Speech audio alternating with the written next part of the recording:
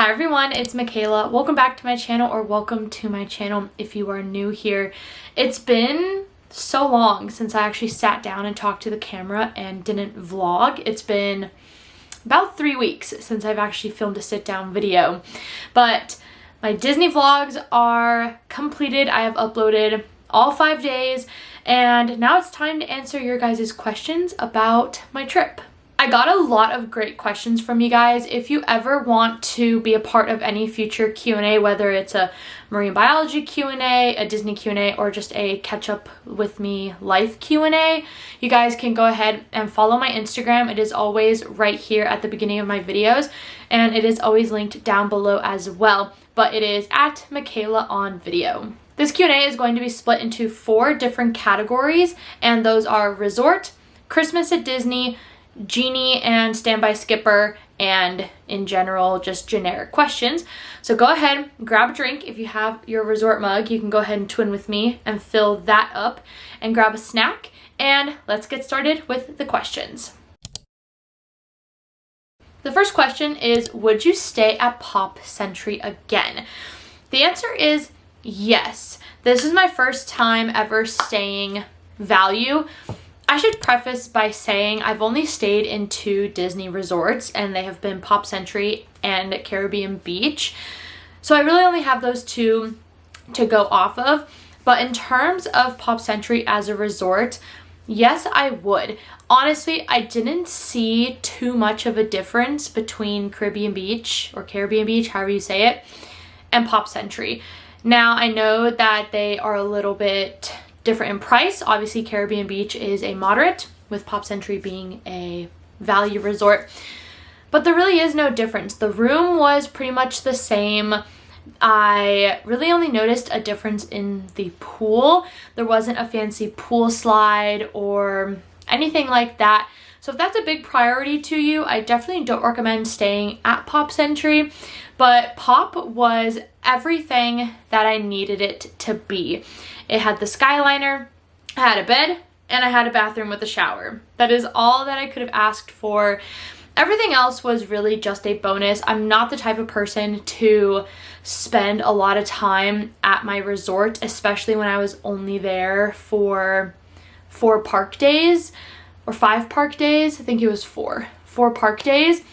So if you're someone who loves to spend more time at a resort, Pop Century might not be for you, and you should maybe look into a moderate or even a deluxe resort. But Pop Century was everything I needed it to, and I would 10 out of 10 stay there again. Did you prefer Pop Century over Caribbean Beach? I'm gonna have to say no. I really liked Caribbean Beach because their pool and water slide were so fun. My boyfriend and I loved hanging out at the pool. I didn't really utilize Pop's pool just because, I don't know, I didn't have anyone to swim with, and it was pretty chilly 2 out of 4 park days, so it wasn't really a necessary thing. I did sit by the pool for one afternoon and read my book and took a dip in the pool, but that's about it. I didn't go swimming that much, and I didn't do like any pool activities or try any of like their pool bar food, but that wasn't a big deal to me. But to answer the question, I really liked Caribbean Beach more than Pop Century, and that has nothing to do with like the room quality, the cast member quality, or anything like that. I would say they are both pretty similar. I saw a video of someone saying they didn't welcome you when you got to Pop, and they didn't help you with your bags. The minute I got off of Mears, someone with an iPad was like, "Ma'am, what is your name?" and took down all my information and then told me to go check in. And then when I was leaving, my friend was actually driving me to the airport. The cast member out front helped me load my bags into her car. So I didn't really see a big difference between the cast member service between the 2 resorts. My cat is trying to get in. Hold on. Sorry about that. If you're new to my channel, my cat is constantly causing chaos, and she is walking mayhem. So I apologize if you hear her throughout this video. But I really liked Pop Century, and I also really liked Caribbean Beach Resort. But did I like Pop Century over Caribbean Beach Resort? No. I really like this next question, and it is, what is your dream resort? If money was not an issue, I would either stay at the Polynesian or Animal Kingdom Lodge. I went to the Polynesian one morning and tried their Dole Whip, and it was phenomenal. That resort is gorgeous. I sat on the sand in a little like swing and watched the ferry go by, and it was just such a beautiful resort. I really wish I could stay there, but it's expensive. And in terms of Animal Kingdom Lodge, who doesn't want to stay at Animal Kingdom Lodge? Who doesn't want to wake up before going to Disney World and see giraffes outside of your hotel room? I can't think of anybody. What are the pros and cons of Pop Century Resort? I think a big pro is you have the Skyliner. The Skyliner is such an amazing form of transportation, and I think it is one of the best forms of transportation on Disney World property. The other pro is it is moderately priced. Even though it is a value resort, it is not the most expensive value resort. Now, it's not the least expensive, but once you factor in that Skyliner access, I think it is definitely worth it to stay at Pop Century rather than an All-Stars resort. And then another pro is the food was pretty good. It was just generic theme park food a lot of the time. I tried their, I think it was brisket mac and cheese, some sort of beef meat mac and cheese, and that was pretty good. And I tried the hamburger, and that was not good. So it was definitely hit or miss, but for the most part, their dessert and their selection for food was pretty good. Now, a con of this resort is it is just so large. Now, Caribbean Beach is also very large, and that was a huge con back in my resort review video, which I will be doing one for Pop Century Resort as well. That will be the next video that goes up on my channel. But it is just such a large resort, and there's so many buildings. Even on my last day there, I got lost. And I don't know if that's my fault for being horrible at directions or if the resort is just that big and confusing. But other than that, I really can't think of a con. I went during Christmas time, never had a problem with the buses, never had a problem with them being full or missing a bus. So if you're worried about that, I definitely would take that worry and throw it out the window. I didn't have a really hard time finding a bus. Granted, I was only one person, so if you're like a family of 6, you might have a harder time, but if you're going with even 2 people, I don't think you'll have a problem. The next category is Christmas at Disney. For reference, I have been to Christmas at Disneyland multiple times. I grew up going to Disneyland, California. I lived 20 minutes from there. I worked there my freshman year of community college. And then Disney World, this was the first time I went during Christmas. I went in January of this year, and Christmas was done with, and they took all the decorations down. But would I go again? The answer is yes, but probably not until I had children who were a little older. I did Mickey's Very Merry Christmas Party. I wasn't thrilled. I know in the vlog I said I probably wouldn't do it again unless I had kids or my boyfriend came with me and he's never experienced it before. And the crowds were just so much larger than they were in January, which I know that is to be expected because I'm going at one of the busiest times of the year. But I don't do well with big crowds. I don't like waiting 45 minutes or 30 minutes for Pirates of the Caribbean. And I know that there are other times throughout the year that I could go and it will be a little less busy. So yes, I would, but it would have to be when I have kids who are a little older and who would love to see Christmas at Disney World. Somebody else asked, would you do Mickey's Very Merry Christmas Party again? And I kind of answered this in the last question, but the answer is yes, whenever I have kids or if Nick wanted to go and do it again. Do I think it was worth the $200? I don't think so. However, I don't think I took full advantage of it. I did not watch the fireworks. I didn't do the full cookie stroll. I didn't do all the the snacks and all the fun stuff. But I didn't really have the big urge to. I honestly wish I didn't do it and would have just saved the $200. But I think if I had someone else to do it with, my answer would be a little bit different. The big question about going to Disney World during Christmas is, how were the crowds? The crowds were not the best, but they definitely weren't the worst.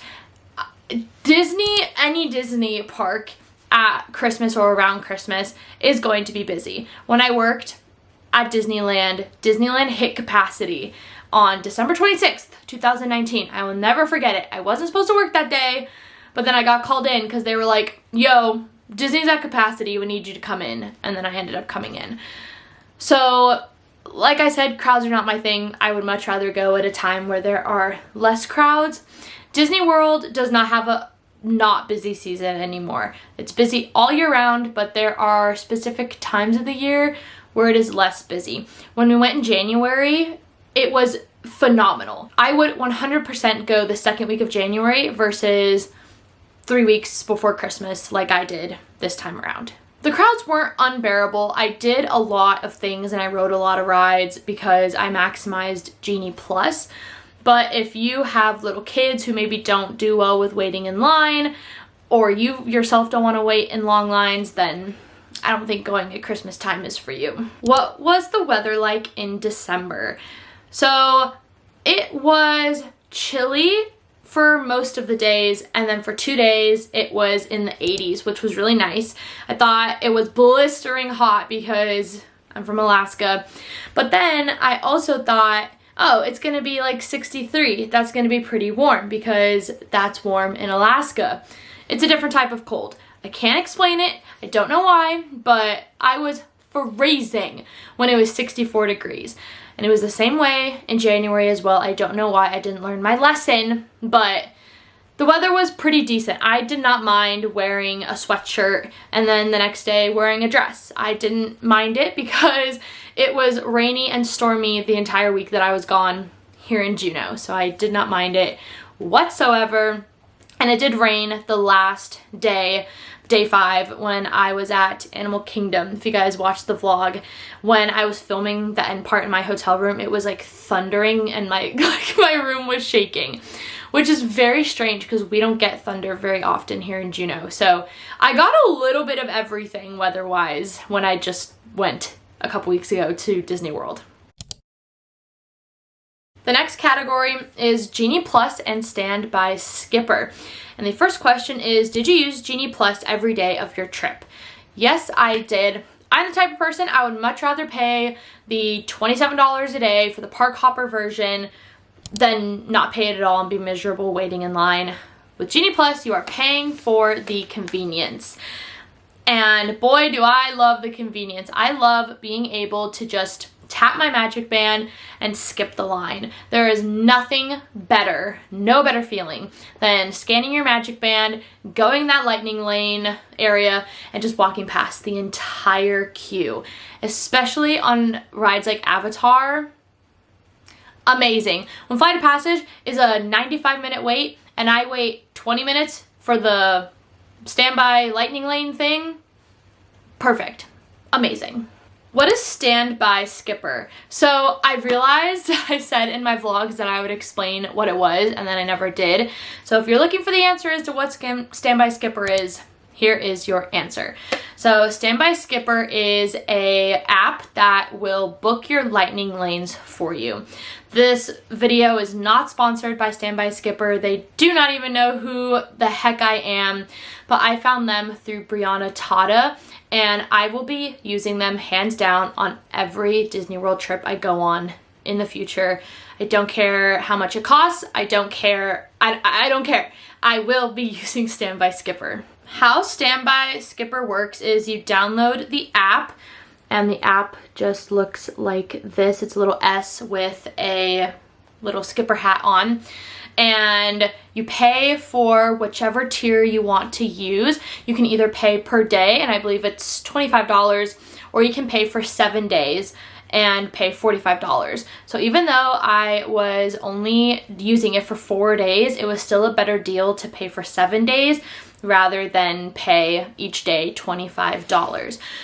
So once you download the app and everything, you make them a friend on the My Disney World Experience app. So you go in your app and go in your settings in the app and follow the directions on the Standby Skipper app how to do it. And then the morning that you book your Genie Plus, and before you have them book your lightning lanes, you go through and you pick which park you're going to, and you basically search for the rides that you want it to look for lightning lanes for, and you put whether you want it now, in the morning, in the afternoon, or at park closing in the evening. And then what's really great is if you are park hopping that day, you can put all your Magic Kingdom rides for the morning and then all of your Hollywood Studios rides in the evening or afternoon. And Standby Skipper never failed me. If you guys watch the vlogs, pretty much every morning right at 7, they got me a lightning lane. They got me Ratatouille right at 7, they got me Navi River, Safari, every ride that I could have wanted, I got. And what's really great about Standby Skipper is I don't have to do anything. Once I scan my lightning lane and I'm ready to book again, it will notify the people on the app because they're a friend in your Walt Disney World app, and they will book it for you. I could not say enough good things about Standby Skipper. It is a phenomenal service and I recommend it to everyone.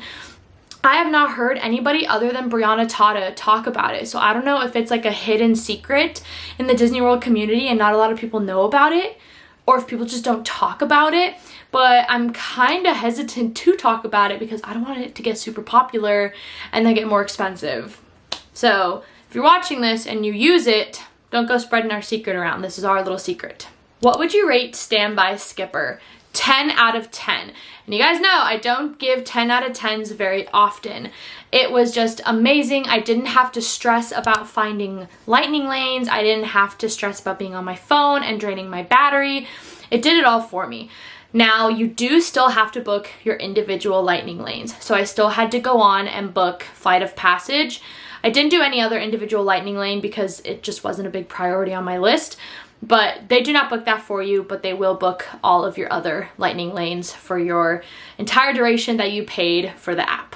And I forgot to mention, you do have to have Genie Plus already paid for before Standby Skipper is able to be used. Now we are moving on to the general questions about my Disney World trip. The first question is, what's one thing you would do differently next time you go to Walt Disney World? If I had to do one thing differently, I don't think I would go solo. And I know people who have gone solo and they loved it, but I think I would rather have Nicholas with me because I just love making memories with him. And while the solo trip was awesome and I got to focus on the vlog and I got to do whatever I wanted, all I could think about, well, I shouldn't say all, but for the most part, I was thinking about all the memories we created last time we were at Disney World and what we could have created together this trip. But what's done is done. I really liked going solo, but if I had to change one thing from this trip to the next trip, I wouldn't go solo, and I don't think I will ever go to Walt Disney World solo again. What's your favorite park and which one would you skip? Ooh, this is gonna shock some people. My favorite park is Animal Kingdom. I've always been a huge Animal Kingdom person. It's always been my favorite park. I still haven't done everything in that park, and people say it's a half-day park. You're wrong. You are wrong. If you want to go on all the rides, eat all the food, do all the exhibits, do Rafiki's Planet Watch, all of that cannot be done in half a day. Now, I understand that some people don't want to do it all, and that is okay. But do not say Animal Kingdom is a half-day park, because I will yell at you and I will start a war. I will go to war for Animal Kingdom. I'm just kidding. But Animal Kingdom is my favorite park. I could spend all day there if I had to. I could spend all day there if I wanted to. And then my least favorite park, it fluctuates. It used to be Epcot before Journey of Water, but now I'm kind of thinking it's Hollywood Studios. Now, I know a lot of people really enjoy Hollywood Studios. I just don't get the hype.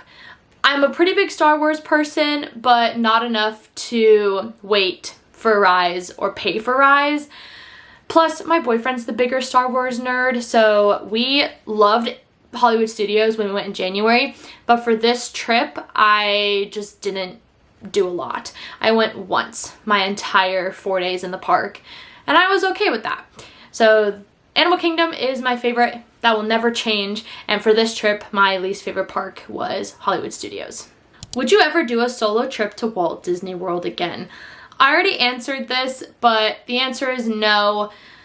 The only reason why I did a solo trip to begin with is because when I was supposed to go in October, Nick was supposed to be out of town, and then I was supposed to be out of town, so it just ended up working out.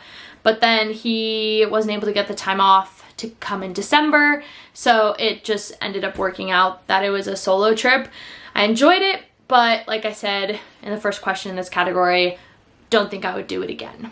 Do you have any future trips planned? Not to Walt Disney World. However, in April, Nick and I are going to Disneyland. I'm flying down to Southern California for a wedding that I'm in, and it was Nick's idea, actually. He goes, can we go to California Adventure when we're down there? And I said, abso-freaking-lutely we can. So we're still deciding if we want to do one park per day or if we just want to do one day and park hop. But I don't think he's ever been to California Adventure, or he hasn't been in quite a long time. And the same with Disneyland. So I'm leaning more towards doing 2 days just to maximize time in both parks. And I really want to stay in one of the hotels there because I've never done it. But the reason why I've never done it is because I always have lived 20 minutes from Disneyland. So it literally has not made sense to spend $500 to stay there one night. But maybe we will. Maybe I can find a cheap way to like rent DVC points. But yes, we are going to Disneyland. It will either be a 1-day trip or a 2-day trip the first week of April. What were some differences between your trip in 2020 and your 2023 trips? This is an awesome question. I love it. So if you guys didn't know, I went to Disney World for the very first time in January of 2020 with a friend. I made a lot of mistakes on that trip. I did a lot of things wrong, did a lot of things that I wouldn't usually do nowadays. But what was different is back in 2020, this was before COVID started, you could book your lightning lanes, like I think it was 3 months out, 60 days out, something along those lines.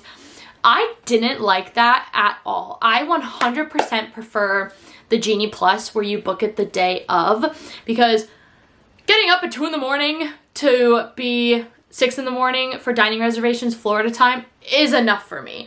I don't even really want to do that nowadays. So being able to just wake up at 6 a.m.